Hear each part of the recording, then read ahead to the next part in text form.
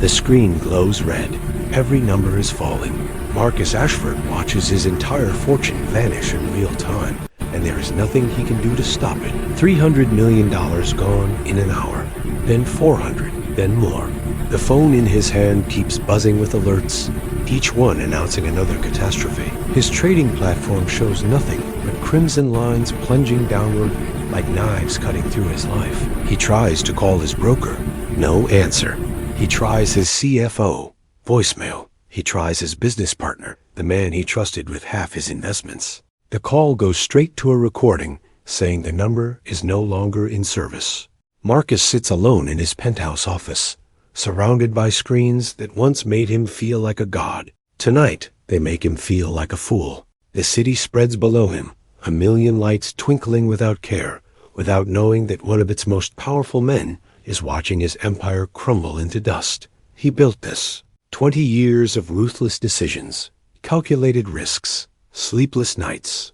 He sacrificed friendships, relationships, his own health. He became untouchable, feared, respected, rich beyond imagination. And now, in one single brutal night, it is all unraveling.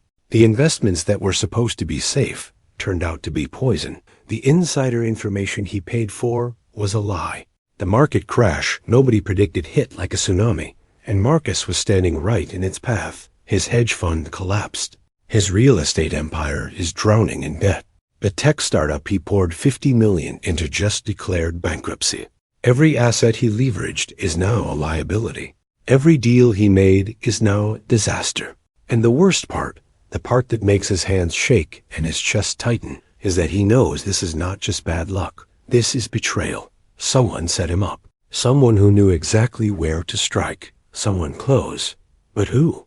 The faces flashed through his mind. His partner, Richard, who convinced him to go all in on those toxic assets. His accountant, who assured him the numbers were solid. His lawyers, who drafted contracts that now look like traps. His friends, if he can even call them that, who smiled at his parties and whispered behind his back. Marcus always thought loyalty could be bought. He paid well. He gave bonuses. He made people rich. But money does not buy loyalty. It only rents it, and the lease just expired. He stands up, legs unsteady, and walks to the floor-to-ceiling window. 53 stories above the street. From up here, people look like ants. He used to love that feeling. The distance, the superiority. Now it just feels like isolation. His phone buzzes again. This time, it is not a stock alert. It is a news notification. His name is trending. The headline reads, "Billionaire Marcus Ashford faces total collapse amid fraud allegations." Fraud. They are calling it fraud. His stomach turns. He clicks the article. Reporters are already connecting dots, building narratives, blaming him for everything. They quote anonymous sources. They mention investigations. They use words like criminal and negligence, and fall from grace. The comments below are vicious. People celebrating his downfall. People who never met him, never knew him, cheering for his destruction. Marcus throws the phone across the room. It hits the wall and shatters. For a moment, he just stands there, breathing hard, fists clenched. Then the silence rushes in, heavier than before. He is alone, truly alone. No calls coming in to help. No team strategizing solutions. No security detail waiting outside. He gave them all the night off hours ago, back when he still thought he could handle this himself. Pride. That is what got him here. The belief that he was smarter than everyone else. That he could control everything. That he was untouchable. He looks at the city again. Somewhere down there, people are living normal lives. Going to bed. Waking up for work. Worrying about bills and kids. And small problems. He used to pity them. Now he envies them. Because they have something he does not. They have community, connection, purpose beyond numbers on a screen. He has none of that. He built walls so high that nobody could reach him. And now, when he needs someone most, those walls are all that remain. The elevator dings. Marcus freezes. Nobody should be here. He did not call anyone, did not buzz anyone up. He walks slowly toward the entrance, heart pounding. The doors slide open. It is his assistant, Claire. Or rather, his former assistant. She is holding a box. Her face is pale, eyes avoiding his. She steps out, sets the box on the floor, and looks at him with something between pity and fear. "I am sorry," she says quietly. "I cannot stay. They are saying things, terrible things. My family is worried. I have to think about my future." Marcus stares at her. Claire has worked for him for 6 years. She organized his life, managed his schedule, knew his secrets. And now she is walking away, just like everyone else. He wants to beg her to stay, wants to tell her he will fix this. But the words do not come, because deep down, he knows she is right. The ship is sinking, and smart people do not stay on sinking ships. She steps back into the elevator. "I really am sorry, Mr. Ashford. I hope you figure it out." The doors close. Marcus is alone again. He walks over to the box she left. Inside are his personal belongings from the office downstairs. Photos, awards, a monogrammed pen, things that used to mean something. Now they are just junk. He kicks the box across the floor. It tips over, spilling its contents. A framed picture slides out. It is from 5 years ago. Marcus at a gala, shaking hands with the governor, surrounded by people in expensive suits.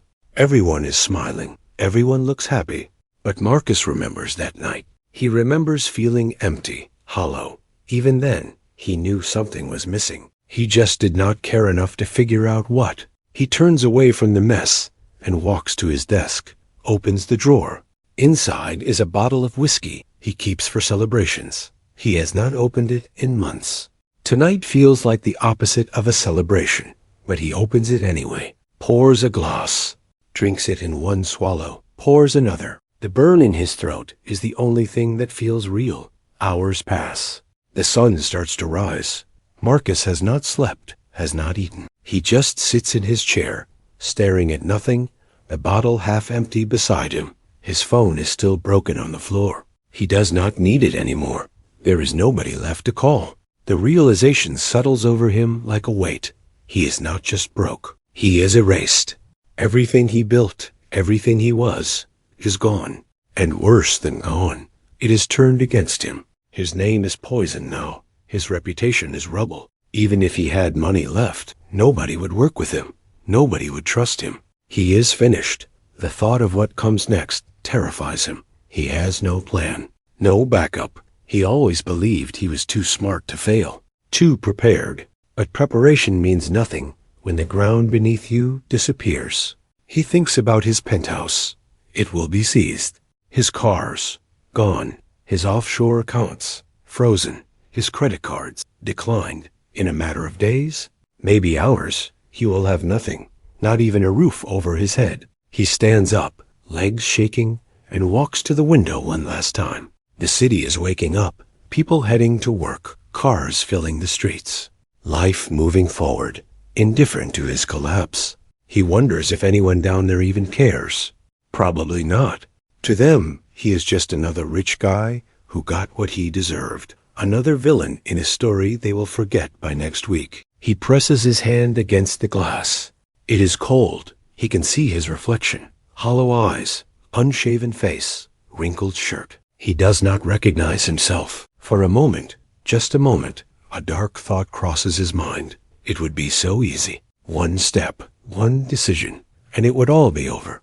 No more fear, no more shame, no more wondering how he will survive. But something stops him. Not hope. He does not have hope. It is something else. Stubbornness, maybe, or anger. The refusal to let them win. Whoever did this to him, whoever is celebrating his fall, he will not give them the satisfaction. He turns away from the window and walks toward the elevator. He does not know where he is going, does not have a plan.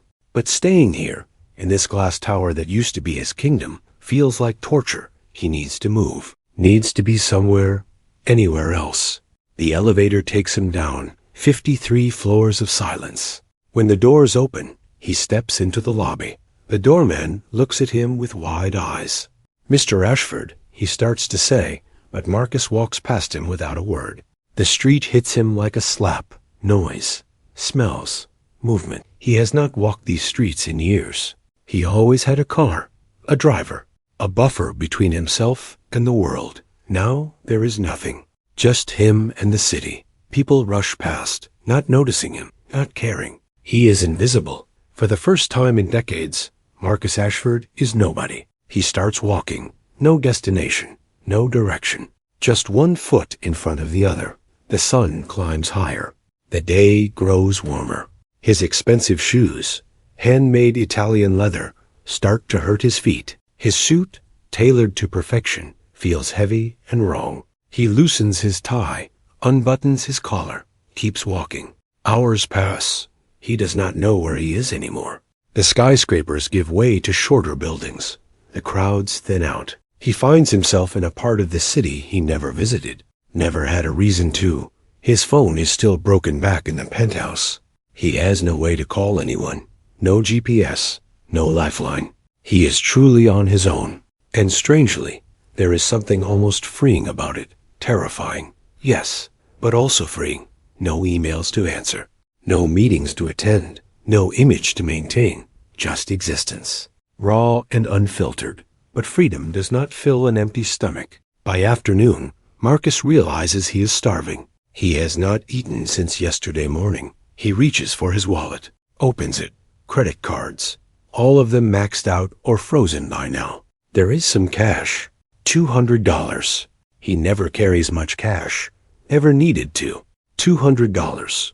That is all he has left in the world. The absurdity of it almost makes him laugh. Yesterday, he was worth hundreds of millions. Today, he has $200 and nowhere to spend it. He finds a deli, walks in, orders a sandwich. The guy behind the counter does not recognize him. Why would he? Marcus is just another customer, just another face. He pays with cash, takes the sandwich, sits on a bench outside. The sandwich tastes better than anything he has eaten in years. Not because it is good. It is not. But because it is real, simple, honest, no pretense, no performance, just food. As he eats, he watches people walk by. A mother with 2 kids, an old man with a dog, a couple holding hands. Normal people living normal lives. And for the first time, Marcus feels the full weight of what he lost. Not the money, not the power, but the chance to be one of them, to have something real. Something that mattered beyond a bank account. He traded his life for wealth, and now he has neither. The sun starts to set. The temperature drops. Marcus has been walking all day. His feet are blistered. His body aches. He needs to find a place to sleep. But where? Hotels require credit cards. Friends are gone. Family is non-existent. He burned those bridges years ago. He thinks about shelters. The word makes him flinch. But pride is a luxury he can no longer afford. He asks someone for directions, ends up at a shelter across town. The line is long. Dozens of people waiting. Marcus stands at the back, feeling out of place. His suit, even wrinkled and dirty, stands out. People stare. Some whisper. He keeps his head down. When he finally gets inside, a volunteer asks for his name. He hesitates, gives a fake one. The last thing he needs is someone recognizing him, someone taking a photo, someone turning his nightmare into a viral story. The shelter is loud, crowded, smells like sweat and old food. Marcus is assigned a cot in a corner. He lies down, fully clothed, staring at the ceiling. Around him, people talk, cough, snore. Babies cry. Someone argues with a staff member. This is his life now. This is what rock bottom looks like. And the worst part? He knows it is going to get worse before it gets better. If it ever gets better, he closes his eyes. Sleep does not come. His mind races, replaying every decision, every mistake, every moment that led him here. He thinks about the people who betrayed him, wonders if they are sleeping soundly tonight. Probably. Betrayal is easy when you have no conscience. He thinks about the homeless man who used to sit outside his building, the one he walked past every single day for years. Never made eye contact, never acknowledged, just stepped over, stepped around, pretended he did not exist. Marcus wonders if that man is here tonight, in this same shelter, if their roles have somehow reversed. The thought makes him sick, because Marcus knows the truth now, the truth he spent his whole life avoiding, There is no safety, no guarantee, no amount of money that protects you from losing everything. The distance between the top and the bottom is shorter than anyone wants to believe, and the fall is faster than you can imagine. One night, that is all it took. One brutal, unforgiving night. And Marcus Ashford, the man who had everything, became the man who has nothing. But this is just the beginning. The real test is not the fall. It is what happens next. When the world has forgotten you, when your name is dirt, when every door is closed, that is when you discover who you really are. And Marcus is about to find out, whether he is ready or not. Morning comes too soon. Marcus wakes to the sound of shuffling feet and harsh fluorescent lights flickering on. His body aches from the thin mattress, and for a brief, merciful moment, he forgets where he is, and reality crashes back. The shelter, the cot, the smell. This is not a nightmare he can wake up from. This is his life now. He sits up slowly, every muscle protesting. Around him, people are already packing up their few belongings, preparing to leave. The shelter only allows people to stay overnight. During the day, everyone has to go.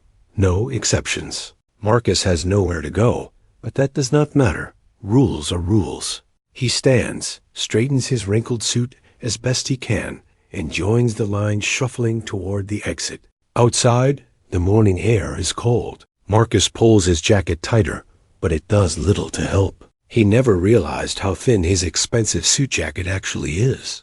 It was made for climate-controlled offices and heated cars, not for surviving on the street. His stomach growls. He spent $20 on that sandwich yesterday. He has 180 left. At this rate, it will be gone in a week, maybe less. He walks with no destination in mind, just movement, anything to stay warm. The city looks different in daylight, harsher, less forgiving. People rush past him, absorbed in their phones, their coffees, their lives. Nobody looks at him. Nobody sees him. It is like he stopped existing the moment he stopped being useful. This is the loneliness Marcus has been running from his entire life. The kind that money used to mask. Now there is nothing to hide behind. His phone is still broken in the penthouse. He has no way to check the news, but he knows what they are saying. He can feel it in the way the world has gone silent around him. No calls, no emails, no emergency meetings, just void. In his old life, silence meant power. It meant people waiting for his word. Now it means abandonment. It means nobody cares enough to reach out. He passes a newsstand. His face is on the cover of a financial magazine. The headline reads, "The Fall of Marcus Ashford, a Cautionary Tale." He stops, stares at his own image. It is from a photo shoot last year. He looks confident, untouchable, arrogant. That man feels like a stranger now. Marcus wants to buy the magazine, wants to read what they are saying about him. But he cannot afford to waste money on something that will only hurt. So he walks away. A few blocks later, he sees a coffee shop. The smell of fresh bread and roasted beans pulls at him. He has not had coffee in over 24 hours. His head is pounding from withdrawal. He steps inside. The warmth is immediate and intoxicating. People sit at tables with laptops and lattes, completely unaware of the man standing in the doorway whose world ended 2 days ago. Marcus approaches the counter, orders a black coffee and a pastry. The barista, a young woman with tired eyes, does not recognize him. She takes his money without a second glance. He finds a seat in the corner, away from the windows, away from the world. He sips his coffee slowly, trying to make it last. The pastry is gone in 3 bites. It is not enough. It will never be enough. But it is all he can afford. He sits there for over an hour. Nobody bothers him. Nobody asks him to leave. For a moment, he almost feels normal, like he is just another person taking a break. But then the door opens, and a man in a suit walks in. Expensive suit, confident walk, phone pressed to his ear, talking loudly about a deal he just closed. Marcus watches him, recognizes that energy, that arrogance, that belief that nothing bad could ever happen to him. Marcus used to be that man. Hell, he was worse. At least this guy says please when he orders his coffee. The man sits a few tables away, still talking, ragging.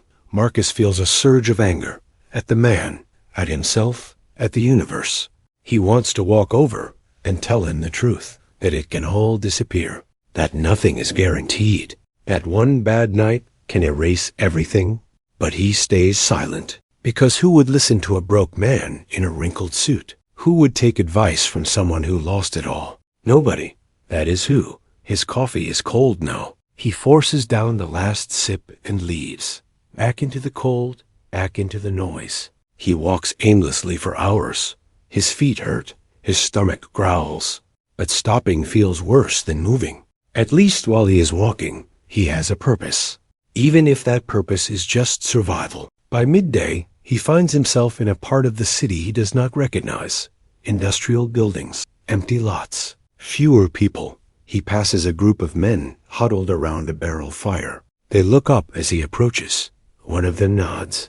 Marcus nods back, keeps walking. He is not ready to join them yet, not ready to admit he belongs there. Pride is a stubborn thing, even when you have nothing left to be proud of. He stops at a public library.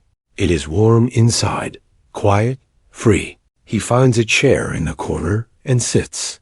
His body sags with relief. For the first time in days, he is not moving, not running, just existing. He watches people browse shelves, families at computers, students studying, normal life continuing around him while his has completely stopped. A librarian approaches, an older woman with kind eyes. "Are you all right?" she asks softly. Marcus nods. "Just resting," he says. His voice sounds foreign, hoarse. She smiles gently. "Take your time," she says. "We are open until 8. Then she walks away. No judgment, no questions, just kindness. It almost breaks him. Marcus stays until closing. When the lights start to dim and people begin to leave, he forces himself to stand. His legs are stiff. His back aches. He does not want to go back to the shelter, does not want to face another night on a thin cot surrounded by strangers. But he has no choice. The alternative is sleeping on the street, and he is not ready for that. Not yet. The walk back takes longer than it should. He stops frequently, sits on benches, delays the inevitable. When he finally arrives, the line is even longer than the night before. He takes his place at the back, waits. A man in front of him turns around, looks at him with bloodshot eyes. First time, the man asks. Marcus hesitates, then nods. The man laughs bitterly. "You will get used to it," he says. "Or you will not. Either way, it does not get easier." Inside, Marcus is assigned the same cot. He lies down, closes his eyes, tries to block out the noise, but sleep does not come. His mind will not stop. He thinks about his penthouse, wonders if they have seized it yet, wonders if someone else is sleeping in his bed, using his shower, living his life. The thought makes his chest tighten. He thinks about his ex-wife. They divorced 5 years ago. She wanted more time, more attention. He gave her money instead, a generous settlement, enough to live comfortably for the rest of her life. They have not spoken since the papers were signed. He wonders if she knows what happened, wonders if she cares. Probably not. He burned that bridge the same way he burned all the others, with indifference and arrogance. He thinks about his business partner, Richard, the man he trusted more than anyone, the man who convinced him to make those investments. Marcus replays their last conversation. Richard was calm, too calm, like he knew exactly what was about to happen, like he planned it.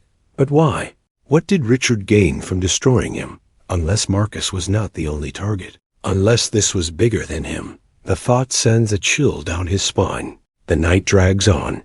People cough, snore, mutter in their sleep. Marcus stares at the ceiling, counts the stains, counts the cracks, counts anything to pass the time. At some point, exhaustion wins. He drifts into a restless half-sleep, dreams of falling, of drowning, of reaching for something just out of grasp. When morning comes, he wakes feeling worse than before. His mouth is dry, his head pounds. His body feels like it aged 10 years overnight. He goes through the motions, stands, leaves, walks. The routine is already forming, the monotony of survival. He finds a public bathroom, splashes water on his face, looks in the mirror. The man staring back is unrecognizable. Hollow eyes, sunken cheeks, stubble turning into a beard. He looks sick, broken, lost. He looks homeless.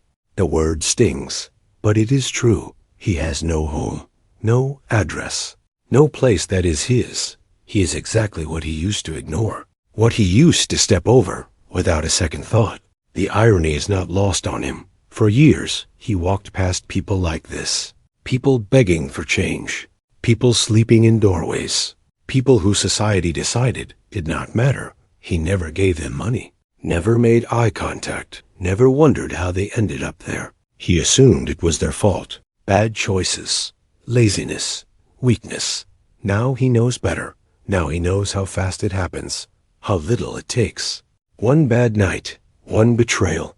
One system that does not care if you live or die. He leaves the bathroom. Buys another sandwich with his dwindling cash. Eats it slowly. Makes it last. Then he walks. Again. Always walking. Because stopping means thinking. And thinking means facing the truth. The truth that he is not going to recover from this. The truth that there is no plan.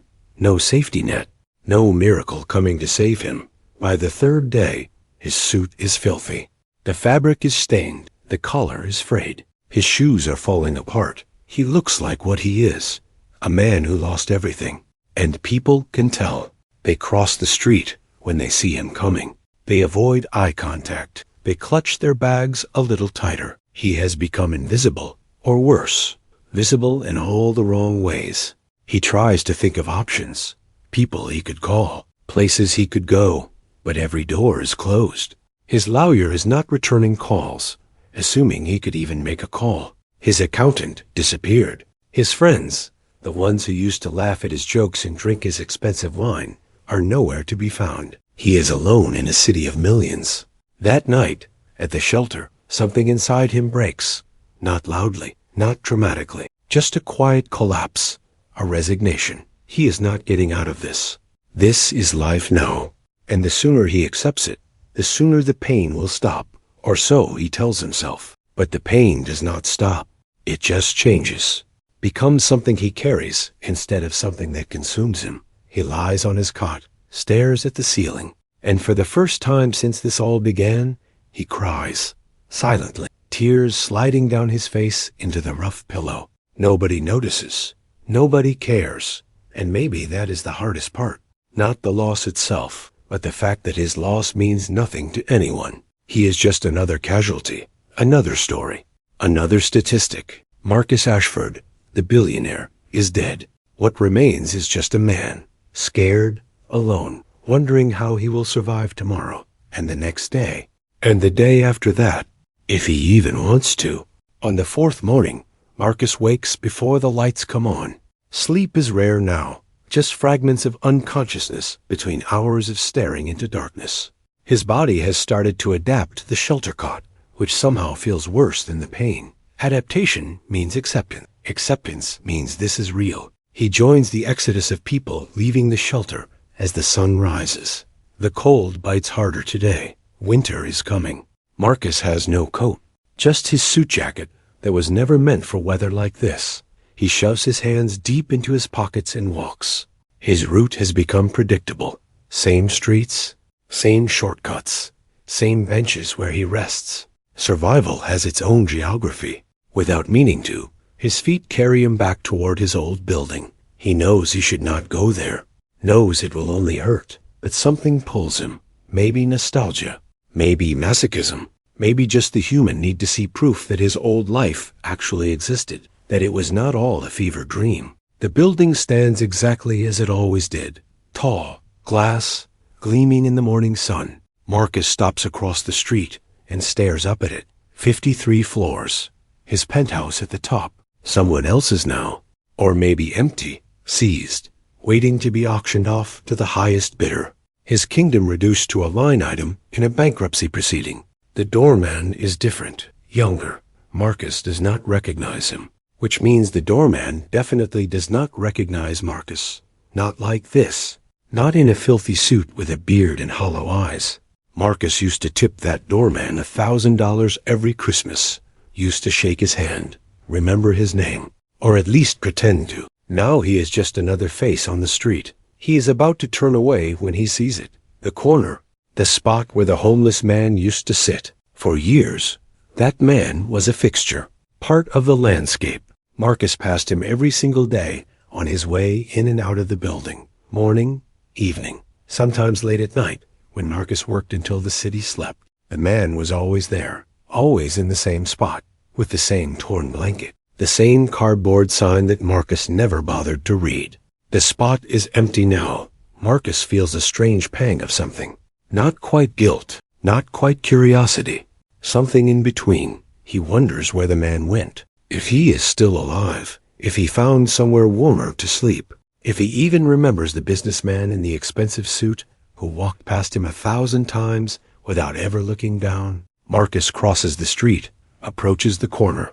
There is a faint outline on the pavement where the man used to sit, grime marking the edges. A stain that will not wash away. Marcus stands in that spot, looks up at the building from this angle. It feels different down here. The glass looks colder. The height looks more oppressive. From up in the penthouse, the street felt distant, manageable. Down here, the building feels like a wall, a barrier between two worlds that never touch. He remembers the first time he saw the homeless man. It was his second week in the building. Marcus was on his way to a meeting, running late, stressed. The man was sitting right here. Asked for change. Marcus did not even slow down, just kept walking, eyes forward, pretending he did not hear. That became the pattern. Every day. Avoidance. Denial. The silent agreement between the rich and the poor that they would coexist by pretending the other did not exist. Sometimes Marcus would see other people stop, give the man $1, a sandwich, a kind word. Marcus always judged those people, thought they were naive, enablers. He believed that giving money to homeless people only encouraged them to stay homeless. That real help meant systems and policies, not handouts. He told himself he was being practical, rational, but the truth he can admit now, is that he just did not want to be inconvenienced, did not want to acknowledge the reality of suffering that existed 10 feet from his front door. There was one time, just one, when Marcus almost stopped. It was winter, snowing. The man was shivering under his blanket, clearly sick. Marcus had just closed a $50 million deal, was in a good mood, had a moment of something almost like compassion. He reached into his pocket, felt the cash there, started to pull it out, but then his phone rang, his lawyer. Important call. Marcus answered, walked past, forgot about the man within 10 steps. That was 3 years ago. Marcus never thought about it again. Until now. He crouches down, runs his hand over the pavement. It is rough, cold. He imagines sitting here day after day, watching people walk by, being invisible, being nothing. The thought makes his stomach turn, not because it is foreign, but because it is becoming familiar. A woman approaches. Business suit, heels clicking, phone pressed to her ear. She is talking loudly about a client meeting. She walks right past Marcus without a glance. Does not even register his presence. He is part of the scenery now. Just like the man who used to sit here, the circle is complete. Marcus stands. His knees crack. He is only 47, but his body feels ancient. He looks up at the building one more time, tries to pinpoint which window was his. Cannot. They all look the same from down here. Identical squares of glass reflecting the sky. He wonders if anyone up there is looking down, seeing him, recognizing him. Probably not. People do not look down. They only look up. He turns to leave. That is when he sees the man, not the same homeless man from before. Someone new, sitting against the building next door, older, grayer, wearing layers of mismatched clothing. A shopping cart beside him filled with belongings. The man is eating something from a paper bag, looks up, makes eye contact with Marcus. For a moment, they just stare at each other. Recognition passing between them, not personal recognition. Something deeper, the recognition of shared circumstance, shared invisibility. The man nods slowly. Marcus nods back. No words needed. They understand each other in a way that transcends language. Marcus wants to say something, wants to ask the man how he survives, How long he's been out here? If it gets easier, but the words stick in his throat. So he just stands there, awkward, uncertain. Finally, the man speaks. "You are new," he says, voice rough from cold and disuse. Marcus nods. The man grunts. Tough time to start. Winter is coming. Marcus does not know what to say. The man does not seem to expect a response. He just goes back to his food, dismissing Marcus. Moving on, Marcus walks away, but the encounter stays with him, plays on loop in his mind. You are new, like this is a club, a community, something with initiation and hierarchy and rules that Marcus does not know yet. He walks for hours. His feet hurt, always hurting now, blisters on blisters, but he cannot stop, cannot rest.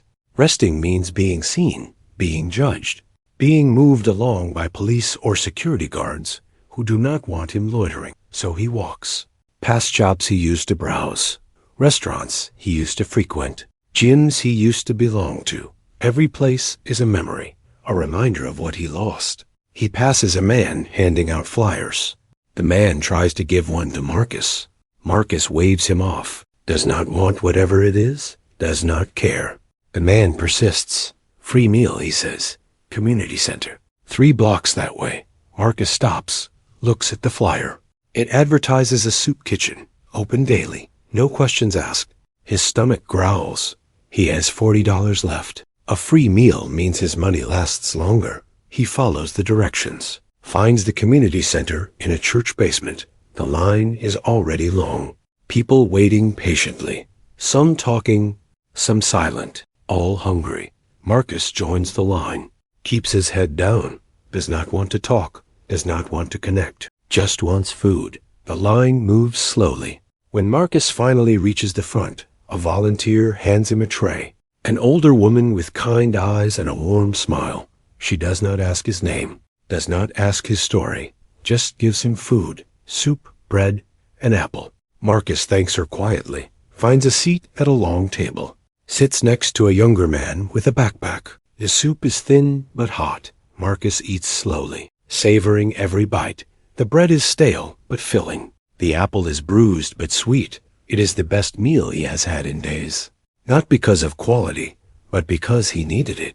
Because it was given without judgment, without cost, just kindness. The young man beside him finishes quickly, stands to leave. Marcus glances at him. The man catches his eye. First time, he asks. Marcus nods.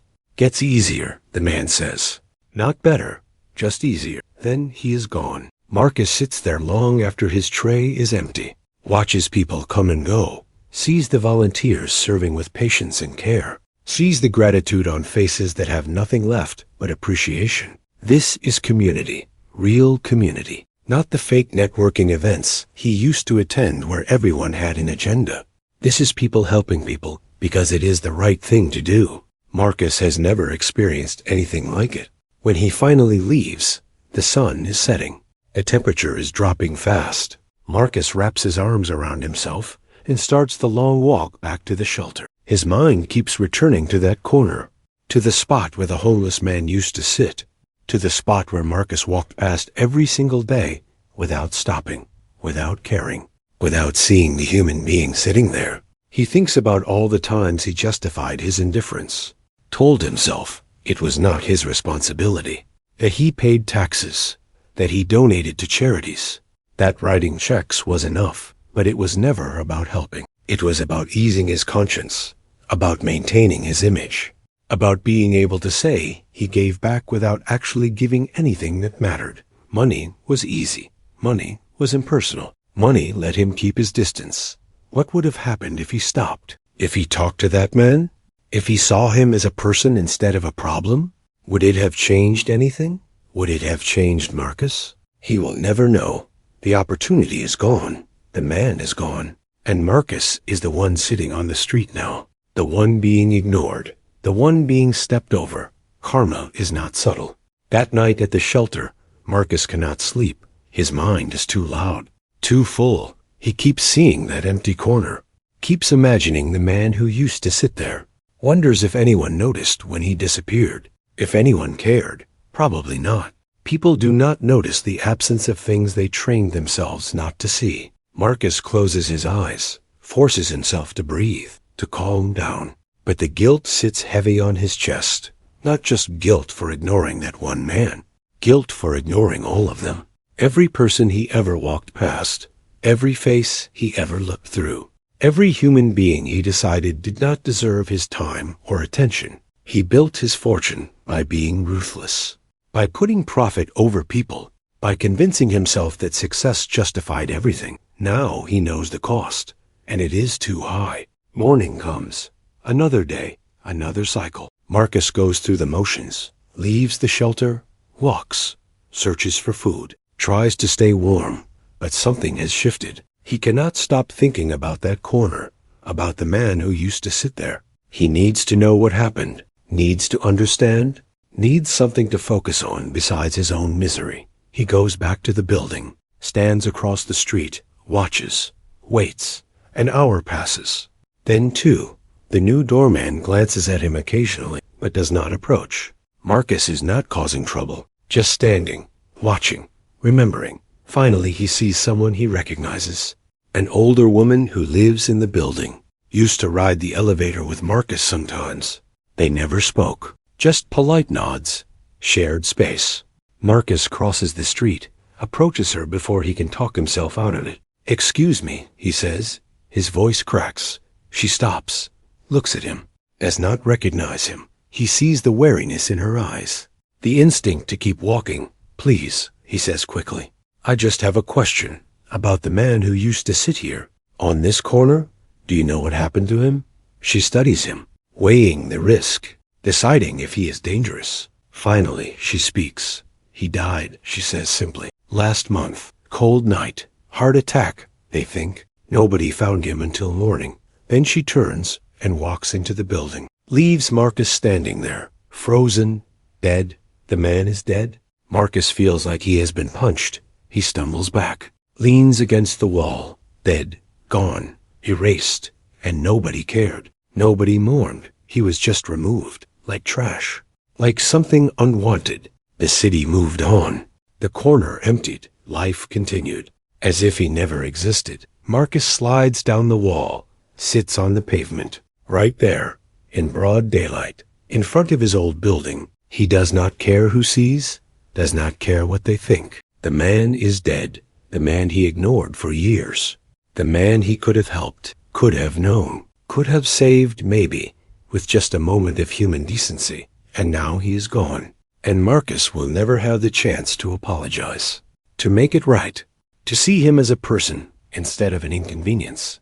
Tears come, hot and bitter. Marcus does not try to stop them. He cries for the man, for himself, for every person he ever dismissed, for the emptiness of a life spent chasing money while ignoring humanity. The tears do not bring relief. They bring clarity, painful, sharp clarity. He understands now, truly understands, not in theory, not in concept, but in his bones. This is what he did. This is who he was. A man who stepped over suffering to get to comfort. A man who built walls so high he could not see the people bleeding at the base. A man who convinced himself that isolation was strength and compassion was weakness. He was wrong about everything. Marcus sits there until the sun sets, until the cold becomes unbearable. Then he stands, walks away from the building, away from that corner, away from the ghost of the man he could have known. The guilt walks with him, heavy, persistent. Maybe it always will. Maybe that is what he deserves. The next 3 days blur together. Marcus exists more than lives. He goes through the motions of survival with mechanical precision. Wake, leave shelter, walk, find food, stay warm, return, sleep, repeat. The routine numbs him, makes the days bearable, but it also makes him invisible, even to himself. On the 7th night since his fall, Marcus returns to the shelter later than usual. He spent the day at the library again. It is the only place he can sit for hours without being moved along, without being judged. The librarian with the kind eyes has started to recognize him. She never says anything, just nods when he comes in, lets him stay. Small mercies matter now. The line at the shelter is shorter tonight. Cold rain started an hour ago, the kind that soaks through everything. Marcus is drenched, shivering. His suit clings to his body, heavier, colder. He waits his turn, gets his cot assignment, goes inside. He is almost to his cot when he sees him. The man from the corner. Not the one who died. The other one. The one with the shopping cart who said winter was coming. He is here. Same corner of the shelter that Marcus usually occupies. Their eyes meet. Recognition again. The man nods toward the empty cot beside him. Marcus hesitates, then takes it. Too tired to find somewhere else. Too cold to care. They do not speak. Marcus changes into the only other shirt he has. A t-shirt he got from a donation bin at the church. It is too small and has a faded logo for a company that no longer exists.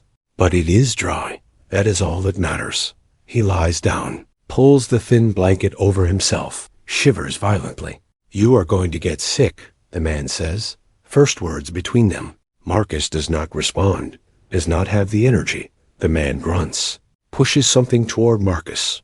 A second blanket, thicker, warmer. Marcus stares at it. "This is yours," he says. Man shrugs. "I have layers.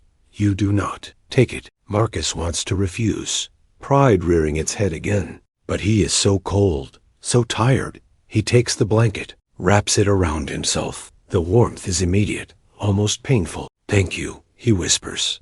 Man grunts again, rolls over. Conversation over. But Marcus cannot sleep. The gesture sits in his chest, heavy, confusing. This man has nothing, less than nothing, lives in a shelter, owns what fits in a shopping cart, and he gave Marcus his extra blanket. No questions, no expectations. Just saw someone suffering and tried to help. It is the opposite of everything Marcus ever did, everything he ever believed. In the morning, Marcus returns the blanket. The man waves him off. "Keep it tonight too," he says. Cold is not done yet.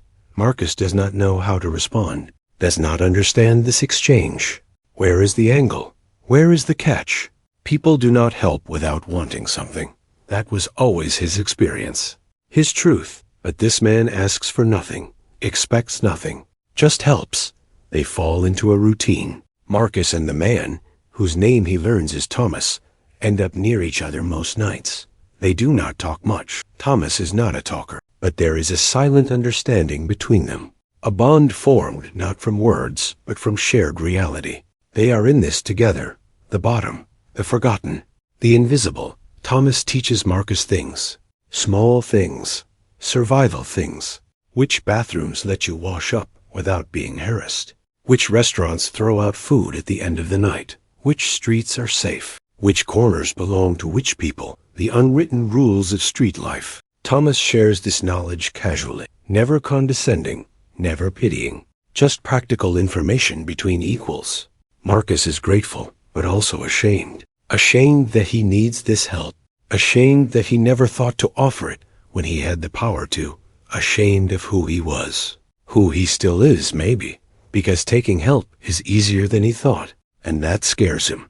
How quickly he is adapting, how easily he is accepting this life. One afternoon, Marcus is sitting on a bench near the library. It is one of his spots now, a place where he can rest without being moved along immediately. Thomas appears, sits beside him, pulls out a paper bag. Inside are 2 sandwiches, offers one to Marcus. Marcus hesitates. "Where did you get these?" he asks. Thomas shrugs. "Church gave them out.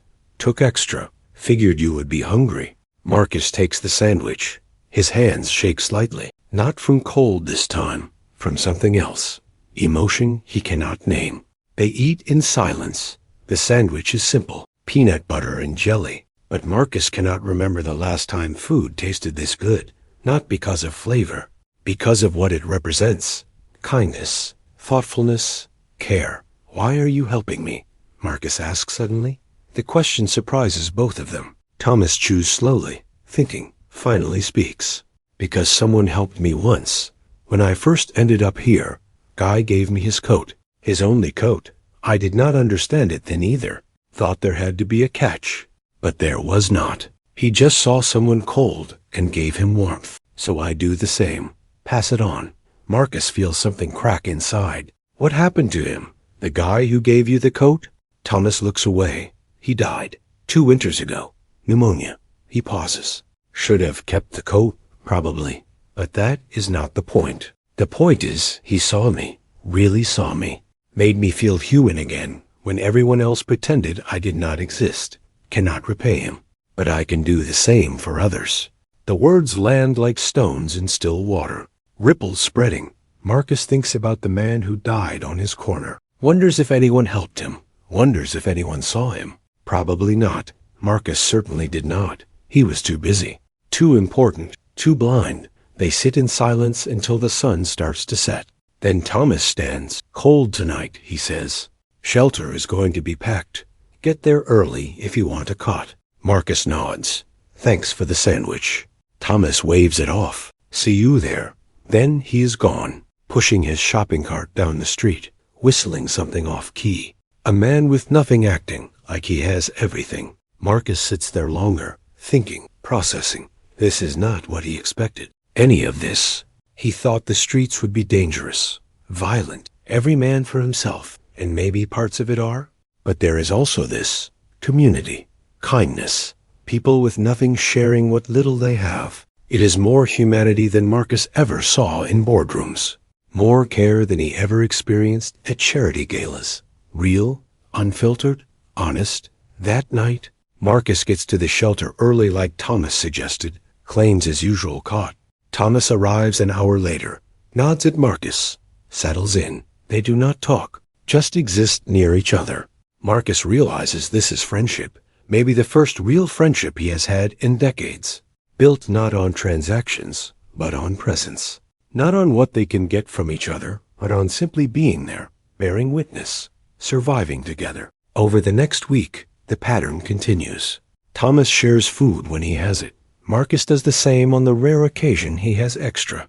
They walk together sometimes, sit together often, talk occasionally, mostly about nothing. Weather, where to find clean water, stories from their day. Small talk that feels monumental because it is honest, because it costs nothing and means everything. One evening, Marcus asks the question he has been avoiding. How long have you been out here? Thomas considers. 8 years. Give or take. Lost my job during the recession, and my apartment, then everything else. Tried to get back up. Could not find footing. Eventually stopped trying. Now I just am. Marcus processes this. 8 years. Almost a decade of this life. He cannot imagine it. Does not want to. You ever think about before? Marcus asks. About who you were? Thomas smiles sadly. Every day. But thinking does not change anything. Just makes it hurt more. So I try to stay present. Focus on today. Today I have food, shelter, you. That is enough. Has to be. Marcus wants to argue. Wants to say it is not enough. That they deserve more. But he stays quiet, because Thomas is right. Wanting more does not create more. It just creates suffering. Acceptance is not defeat. It is survival. Maybe even peace. Thomas has figured that out. Marcus is still learning. Another night. Another storm. Rain pounding the shelter roof. Marcus and Thomas lie in their cots. Everyone else is asleep, or pretending to be. Marcus speaks into the darkness. I used to walk past people like us, like we are now, every day. Never stopped, never cared. I thought I was better, smarter, that I earned my place and they earned theirs. I was wrong. Silence. Then Thomas speaks. We all were someone before, someone who judged, someone who ignored. Does not matter now. What matters is who we are today, who we choose to be. You stopped judging. You started seeing. That is growth. That counts. Marcus feels tears coming again. Lets them fall. Thomas does not comment, does not offer empty comfort. Just lets Marcus feel what he needs to feel. That is friendship too. The kind that does not flinch from pain. The kind that sits with you in the dark and does not try to fix it. Just witnesses it, validates it, shares it. Days pass. Marcus realizes he has stopped counting, stopped marking time, stopped waiting for rescue. This is his life now. And while it is hard, while it is painful, it is also real in a way his old life never was. He matters to Thomas. Thomas matters to him, not because of money or status or what they can do for each other, simply because they exist, because they see each other, because they choose to care. One morning, Marcus wakes to find Thomas already gone. This is unusual. Thomas always waits, always makes sure Marcus is awake before leaving. Marcus feels a spike of worry, checks the spot where Thomas keeps his cart. It is gone too. Marcus tries not to panic. Maybe Thomas had somewhere to be, something to do. But the worry lingers. The day drags. Marcus goes through his routine, but his mind is elsewhere, checking every corner, every bench, every place Thomas might be. Nothing. As evening approaches, Marcus heads to the shelter early. Thomas has to be there. He is always there. But he is not. Marcus waits. The shelter fills. Dinner is served. Lights dim. Still no Thomas. Marcus lies awake all night, staring at the empty cot beside him. The absence is loud, oppressive. He realizes how much he has come to depend on Thomas. Not for things, for presence, for proof that he is not alone, that someone sees him, that he matters to at least one person in this city of millions. Morning comes. Marcus leaves the shelter, searches all their usual spots, the bench, the library, the church, the corner near the community center. Nothing. He asks people, other homeless men and women, "Have you seen Thomas?" Most shrug. One woman says she thinks she saw him heading west 2 days ago, but she is not sure. Memory is fluid when you are hungry and cold. Marcus does not give up. Spends the entire day searching. His feet bleed in his broken shoes.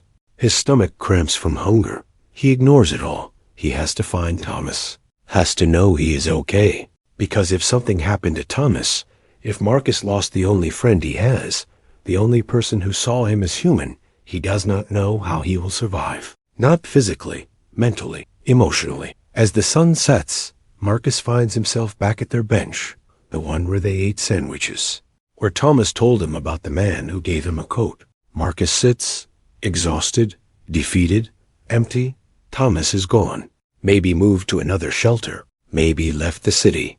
Maybe something worse. Marcus will never know. That is the reality of this life. People disappear. No forwarding address. No phone number.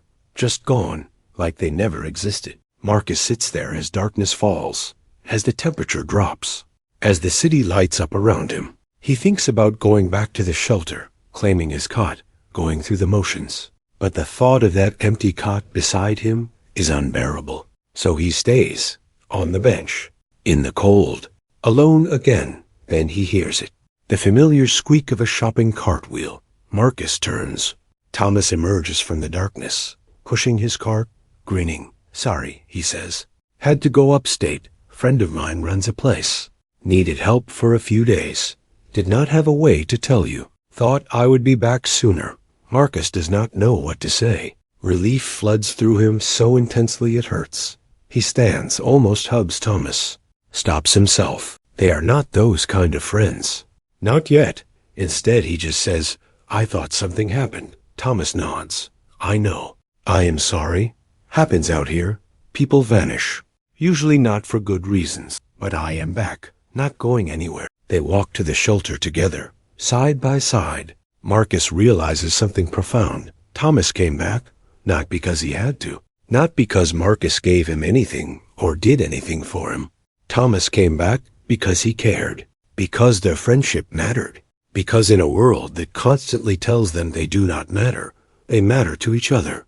That night, lying in his cot with Thomas snoring softly beside him, Marcus feels something he has not felt in weeks. Hope. Not hope that his old life will return. That is gone, dead, buried. But hope that this new life, hard as it is, might have meaning, might have purpose, might be worth living. Because he is not alone. Because someone sees him. Because he has been given something he never earned and never deserved. A second chance at being human. Winter arrives with teeth. The cold becomes aggressive, dangerous. Marcus learns quickly that homeless people do not die from hunger. They die from cold. The shelters fill beyond capacity. People sleep in shifts, share blankets, huddle for warmth. Thomas and Marcus stick together. Watch out for each other. It is survival. But it is also something more. One particularly brutal night, the shelter is so crowded that Marcus and Thomas end up sitting in the common area instead of lying down. Neither will get real sleep tonight. Around them, dozens of others do the same. Some play cards. Some talk quietly. Most just sit, waiting for morning, waiting for warmth, waiting to survive another day. Thomas pulls out a thermos from his cart. Hot coffee. No idea where he got it. Does not matter. He pours half into a cracked mug, offers it to Marcus. They pass it back and forth, the warmth spreading through their hands, through their chests. Small comfort, enormous impact. "Can I tell you something?" Thomas says. It is not a question, more like a warning. Marcus nods. Thomas stares into his coffee. "I used to be someone. Before this. Someone important, or at least I thought I was. Had money, power, all the things people chase. I thought those things made me matter. Thought they defined me." Marcus listens, says nothing.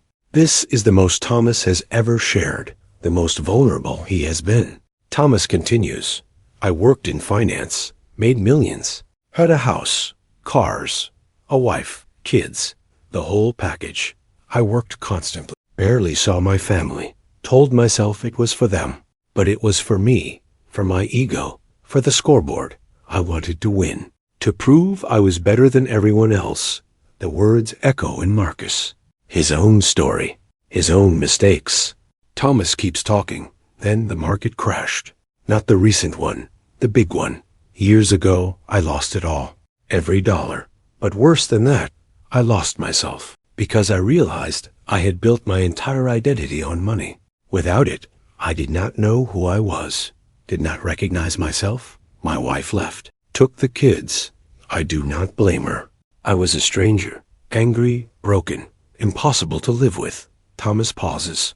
Drinks coffee. Marcus sees tears in his eyes. Rare. Thomas never cries. I tried to recover. Took a few years. Got back on my feet. Not to where I was, but comfortable. Had a job, an apartment. Was rebuilding. Then I got sick. Cancer. No insurance. The bills destroyed me. Lost the job because I could not work. Lost the apartment because I could not pay. Lost everything again. But this time, I was too tired to fight. Too broken, so I gave up. Ended up here. Marcus wants to say something, offer comfort, but he knows better. Thomas is not looking for comfort. He is offering truth, connection. Marcus waits. Thomas speaks again. "I hated myself for a long time. Hated that I failed, that I ended up here, that I became the thing I used to step over.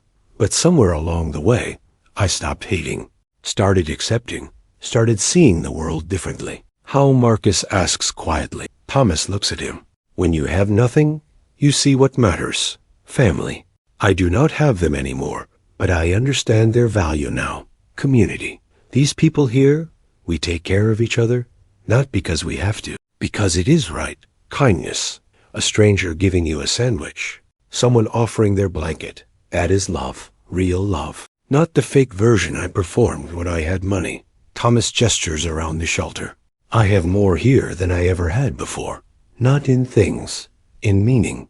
Every day I wake up and I am still alive, still here, still able to help someone, to be someone, not someone important, just someone human. That is enough. Has to be." Marcus feels his throat tighten. Thomas is telling him his own future, his own path. The journey from denial to acceptance, from ego to humility, from isolation to connection. It is terrifying and comforting at the same time. "You do not miss it?" Marcus asks. "The money, the power, the life you had?" Thomas considers. "Every day, but not the way you think. I do not miss the things. I miss my kids, miss knowing they are okay. But the rest, the houses and cars and status, no, that was not life. That was performance, exhausting performance.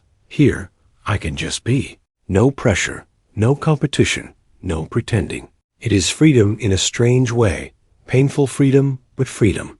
They sit in silence. The shelter hums around them, snores, coughs, the shuffle of restless bodies. Marcus thinks about his own life. The penthouse, the suits, the deals. Was any of it real? Did any of it matter?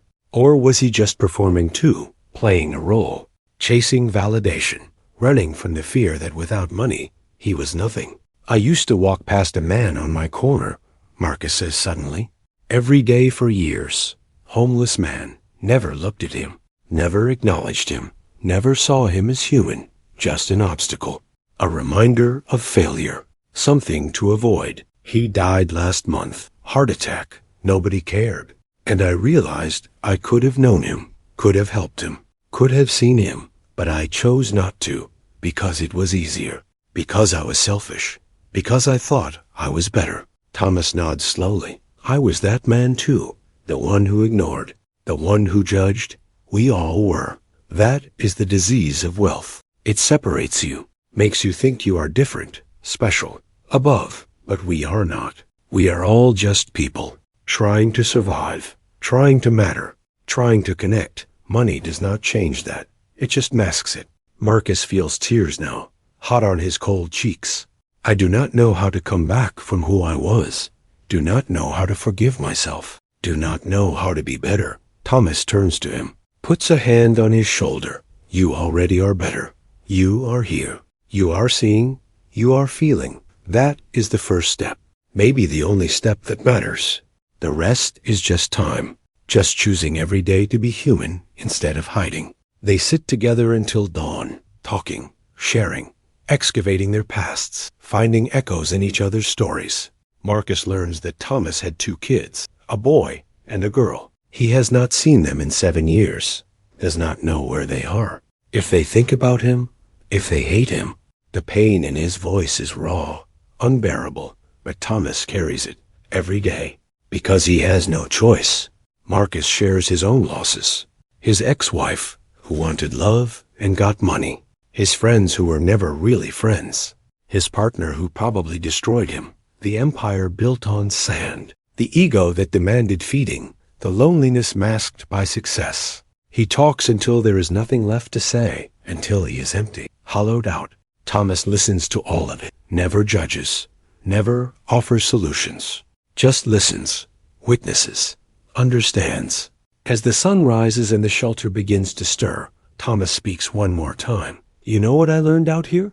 People are not defined by their worst moments, not by their mistakes, by how they respond, by whether they grow. You lost everything? That is not the story. The story is what you do next, who you become, who you choose to be. That is the only thing that matters. Marcus looks at Thomas.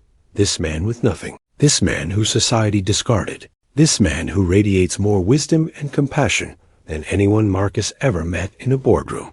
Thank you, Marcus says. For what? Thomas asks. For seeing me, for being my friend, for showing me what actually matters. Thomas smiles.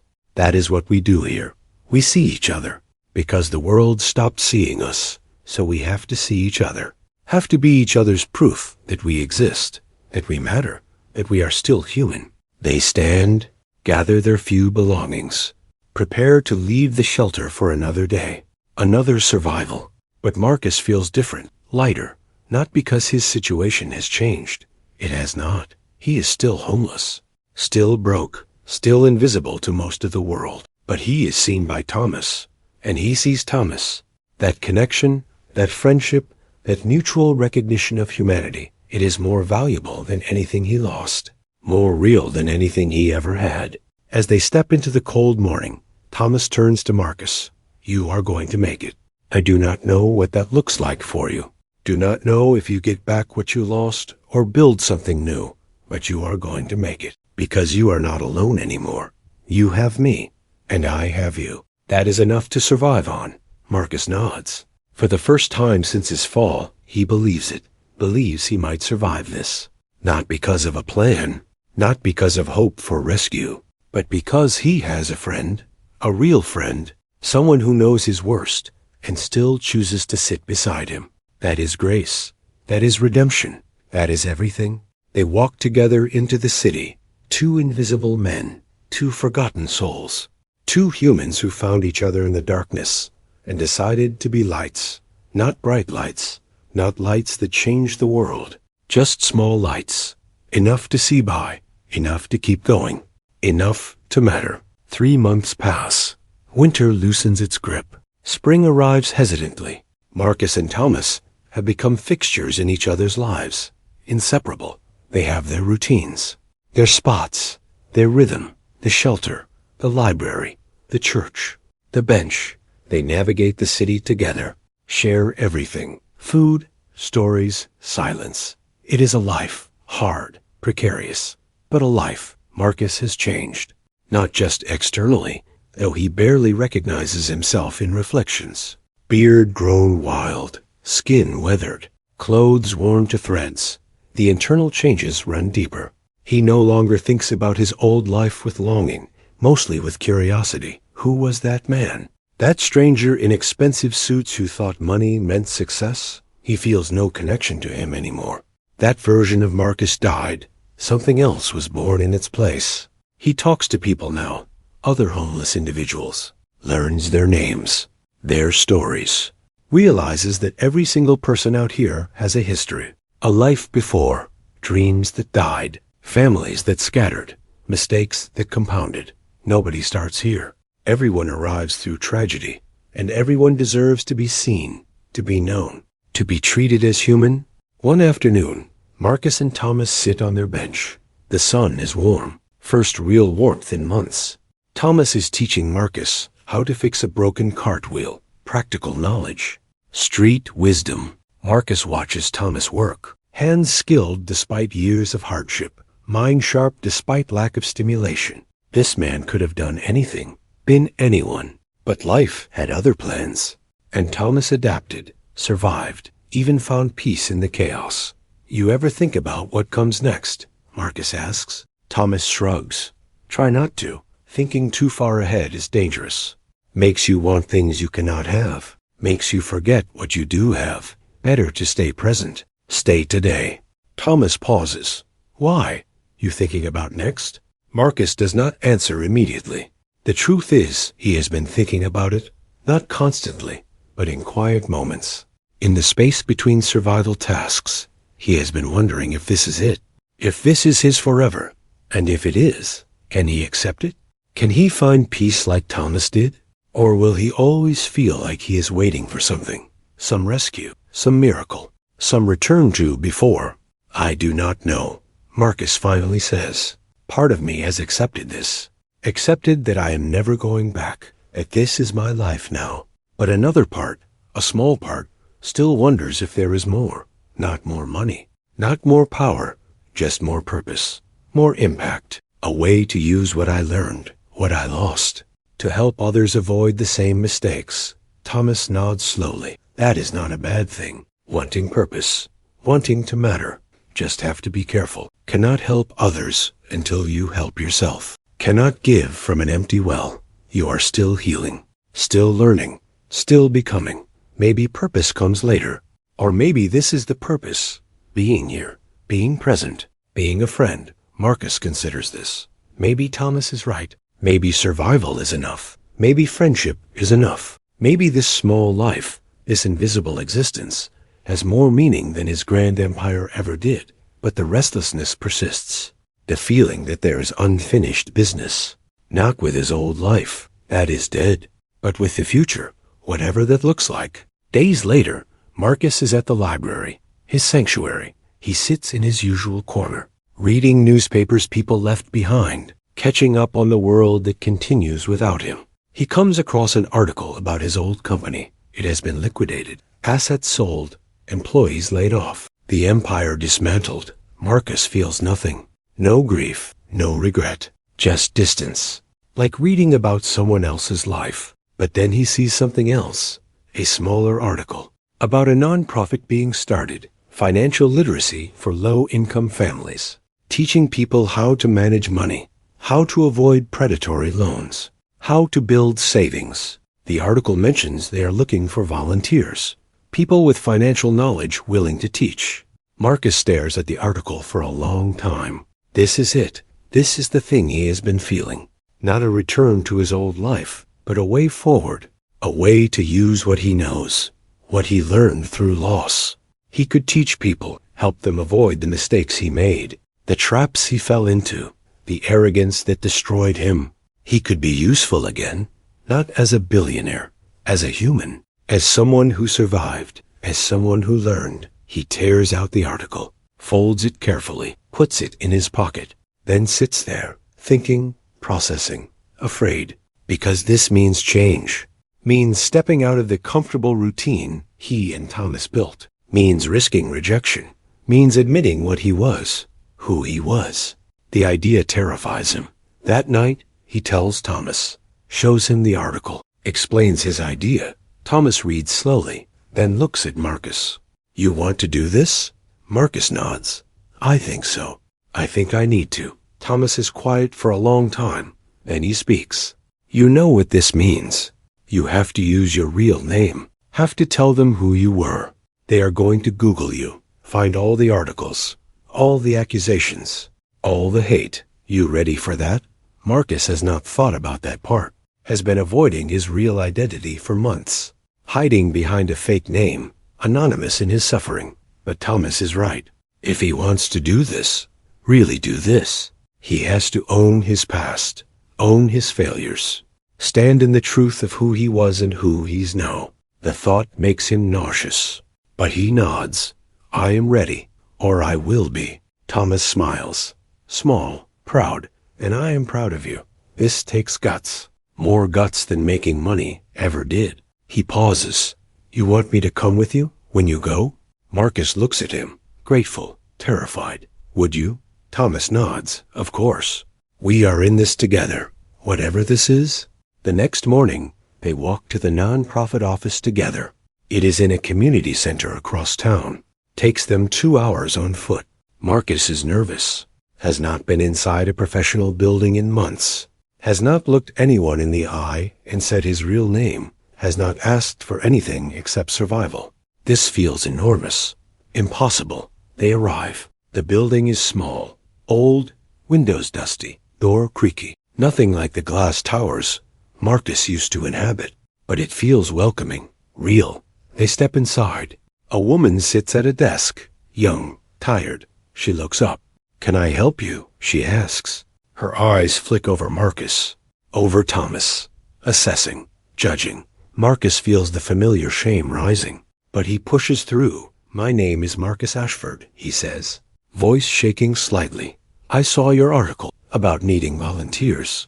For financial literacy, I have experience, years of experience. I would like to help, if you will have me. The woman stares at him, recognition dawning. You are Marcus Ashford, the billionaire, the one who lost everything. Marcus nods. Yes, that is me. I lost everything. My company, my money, my life. But I learned from it, learned what matters, what does not, what people need to know. I want to teach that, if you will let me. The woman does not speak for a long moment. Then she picks up her phone, calls someone. A man appears, older, kind face. He introduces himself as David, the director. He looks at Marcus, at Thomas, gestures to his office. Please, sit, let us talk. They sit. Marcus tells his story, all of it. The rise, the fall, the betrayal, the streets, the shelter, Thomas, the lessons learned, the mistakes made, the person he was, the person he is trying to become. He holds nothing back. Every failure, every moment of shame, every night of fear. He lays it all out, vulnerable, exposed, terrified of rejection. David listens without interrupting. When Marcus finishes, silence fills the room. Then David speaks. I know your story. Everyone does. You were famous, then infamous. People celebrated your fall, said you deserved it. I am not going to lie. When you walked in, my first instinct was to say no, to protect our mission from association with someone like you. Marcus nods, heart sinking. He expected this. Thomas puts a hand on his arm, steadying him. But David continues. But then I listened, really listened. And I heard something I do not hear often, genuine remorse, genuine growth. You did not come here to rebuild your image. You came here to be useful, to give back, not from a place of privilege, from a place of humility. That is rare, that is valuable. David leans forward. I'm going to give you a chance, not because I think you deserve it, but because the people we serve deserve the best teachers we can find. And you have knowledge they need, real knowledge, from real failure. You can teach them what textbooks cannot, what success cannot. He pauses. But you work for free. You show up. You do the work, and you earn trust. Slowly. Can you do that? Marcus feels tears coming. Yes, I can do that. Thank you. David nods. Good. We start next week. Tuesdays and Thursdays. Evening classes. Be here. Be ready. And he glances at Thomas. Your friend is welcome too. If he wants to help, Thomas smiles. I would like that. They leave the office in a daze. Walk back through the city. Marcus cannot believe it. He has a purpose. A reason to get up. A way to matter that has nothing to do with money. Thomas is grinning. Proud. Happy. See, Thomas says. Told you. You are going to make it. This is the start. Marcus nods. But this is our start. Not just mine. You are part of this. Thomas shrugs. I am wherever you are. That is friendship. The next week arrives. Marcus is terrified. He borrows clothes from a donation center. Not a suit. Just clean jeans and a button-up shirt. Thomas helps him trim his beard. Make himself presentable. Not polished. Just human. They arrive early. The classroom is small. Folding chairs arranged in rows. A whiteboard on the wall. Nothing fancy. Everything necessary. People start arriving. Families. Single parents. Young people. Old people. All struggling. All trying. All looking for a way forward. They look at Marcus with curiosity. Some with suspicion. He does not blame them. He sits at the front. Waits for everyone to settle. Then he begins. My name is Marcus. I used to be very rich. I thought I was smart. Thought I had it all figured out. But I was wrong. I made mistakes. Bad ones. And I lost everything. My money. My home. My life. I ended up on the street. Homeless. Invisible. Exactly like the people I used to ignore. It was the worst thing that ever happened to me. And also the best. Because it taught me the truth. Money does not make you happy. Success does not make you secure. Only people matter. Only connection matters. Only learning to be human matters. He tells his story. Honestly. Painfully. The room is silent. Everyone listening. He sees recognition in their eyes. Not because they were billionaires, but because they know loss. No failure. No shame. And they see someone who survived it. Someone who is still here. Still trying. Still learning. He teaches them basics. Budgeting. Saving. Avoiding debt. But he also teaches what he learned on the street. That community is wealth. That sharing is abundance. That kindness is currency. That you can lose everything and still have what matters. The class ends. People thank him. Shake his hand. Some tell their own stories. Some just nod. Quiet gratitude. Marcus feels full. Not from accomplishment. From connection. From mattering in a way that is real. Lasting. Human. Over the following weeks, the classes continue. Marcus and Thomas become regulars. They expand. Start teaching more. Budgeting. Job skills. How to navigate systems designed to keep poor people poor. Marcus uses his knowledge. Thomas uses his street wisdom. They are a team, partners, friends, making a difference.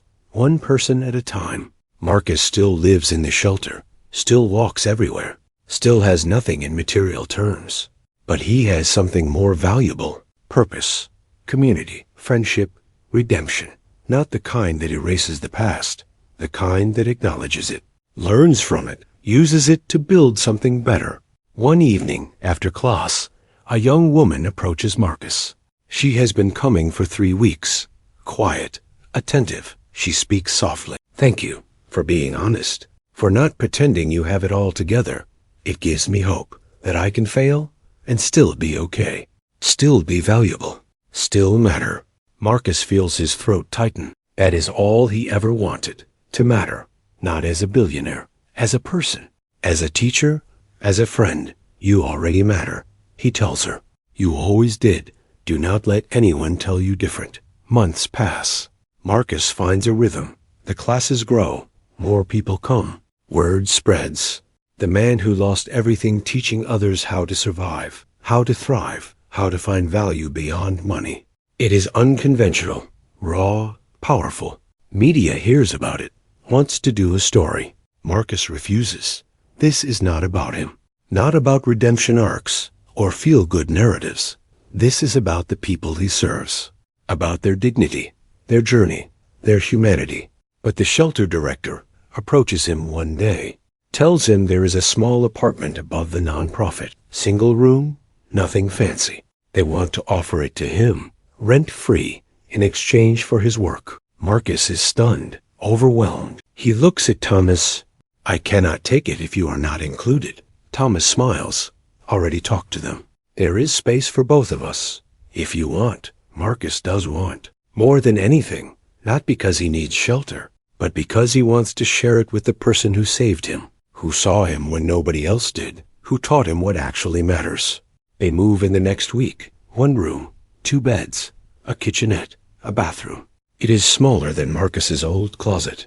It is perfect. They make it home, cook together, sit together, talk until late into the night, about everything and nothing, about past and future and the eternal present. They are not rich, not by any measure, but they are wealthy in ways that matter, in friendship, in purpose, in peace. Marcus teaches his classes, expands his reach, starts mentoring individuals, helping them navigate crises, apply for jobs, build futures. He uses every skill he learned in his old life, but applies them differently, not for profit, for people, not for success, for survival, not for ego, for community. And it fills him in ways money never could, never did. 1 year after his fall, Marcus stands in front of his class, looks at the faces watching him, people who were strangers, who are now friends, family, community. He thinks about where he was, where he is, the distance between them, the journey, the loss, the gain. He clears his throat. "I want to tell you something," he begins. "When I lost everything, I thought my life was over, thought I had nothing left to give, nothing left to be. I was wrong. Losing everything was not the end. It was the beginning of seeing clearly, of understanding what actually matters, of becoming human instead of performing humanity." He pauses. "You all taught me that by showing up, by trusting me despite my past, by giving me a chance to be useful, to matter. Thank you." The room is quiet, and someone starts clapping. Others join. Soon everyone is clapping, not for him, for themselves, for each other, for the community they built together. Marcus looks at Thomas, standing in the back. Thomas smiles, nods, proud. Marcus smiles back, grateful, overwhelmed. Home. After class, Marcus and Thomas walk back to their apartment. The city is alive around them. Lights, noise, movement. Marcus used to view it from above, distant, separate. Now he is part of it, connected, integrated, human. "You know, it is funny," Marcus says. Thomas looks at him. "What?" Marcus gestures around. "I have nothing. No money, no status, no power, but I am happier than I ever was." Thomas nods. "That is because you are finally living, not performing, not chasing, just being. That is the secret wealthy people never learn. Happiness is not something you buy. It is something you become." They walk in comfortable silence, arrive at their building, climb the stairs, enter their small room. Marcus looks around at the mismatched furniture, the donated dishes, the single window overlooking an alley. It is not much, but it is home, real home, built not on money, but on friendship, not on success, but on survival, not on ego, but on humility. Thomas makes tea. They sit by the window, watch the city settle into night. Marcus thinks about the homeless man on his corner, the one who died, the one he never saw. He cannot bring him back, cannot apologize, cannot make it right, but he can honor him by seeing everyone else, by never looking away, by being the person he wishes he had been. "I hope he knows," Marcus says quietly. Thomas does not ask who. He knows. Knows Marcus carries that guilt, that regret, that ghost. "He will know," Thomas says. "Wherever he is, whatever comes next, he will know you changed, that you learned, that his existence mattered, Even if you did not see it then, you see it now. That counts. Marcus nods, wants to believe it, chooses to believe it, because believing means hope, means growth, means redemption is possible. Not through grand gestures, through small choices, daily choices, to see, to care, to be human. That is all any of us can do. Show up, be present, choose kindness, choose connection, choose to matter not because of what we have, but because of who we are. The city glows below. Millions of lives, millions of stories, millions of people trying to survive, trying to thrive, trying to matter. Marcus is just one, small, insignificant in the grand scheme. But to Thomas, he matters. To his students, he matters. To himself, finally, he matters. Not as a billionaire, as a man, flawed, broken, healing, human. And that, Marcus realizes, is enough. More than enough. It is everything.